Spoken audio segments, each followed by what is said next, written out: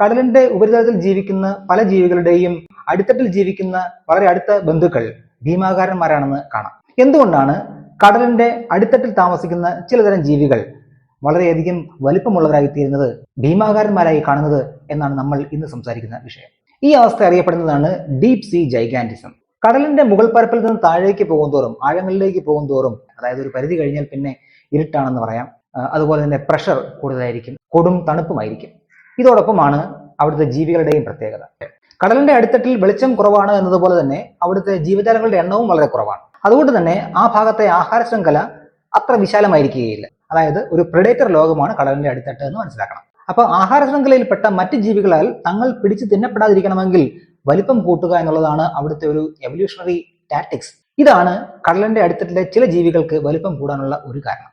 ഭീമാകാരമായ ശരീരം ഉണ്ടാവാനുള്ള മറ്റൊരു ശാസ്ത്രീയ വിശദീകരണം ക്ലീബേഴ്സ് ലോയിൽ അടിസ്ഥാനപ്പെടുത്തിയുള്ളതാണ്. എളുപ്പത്തിൽ മനസ്സിലാക്കാൻ പറഞ്ഞാൽ, ശരീര വലിപ്പം കൂടിയ ഒരു ജീവിക്ക് വലിപ്പം കുറഞ്ഞ ജീവിയേക്കാൾ കുറഞ്ഞ മെറ്റബോളിക് റേറ്റ് ആയിരിക്കും ഉള്ളത് എന്നർത്ഥം. അതായത് ശരീരത്തിന് വലിപ്പം കൂടുന്തോറും മെറ്റബോളിക് റേറ്റ് കുറയും, അല്ലെങ്കിൽ ഊർജ്ജ ഉപഭോഗം കുറയും.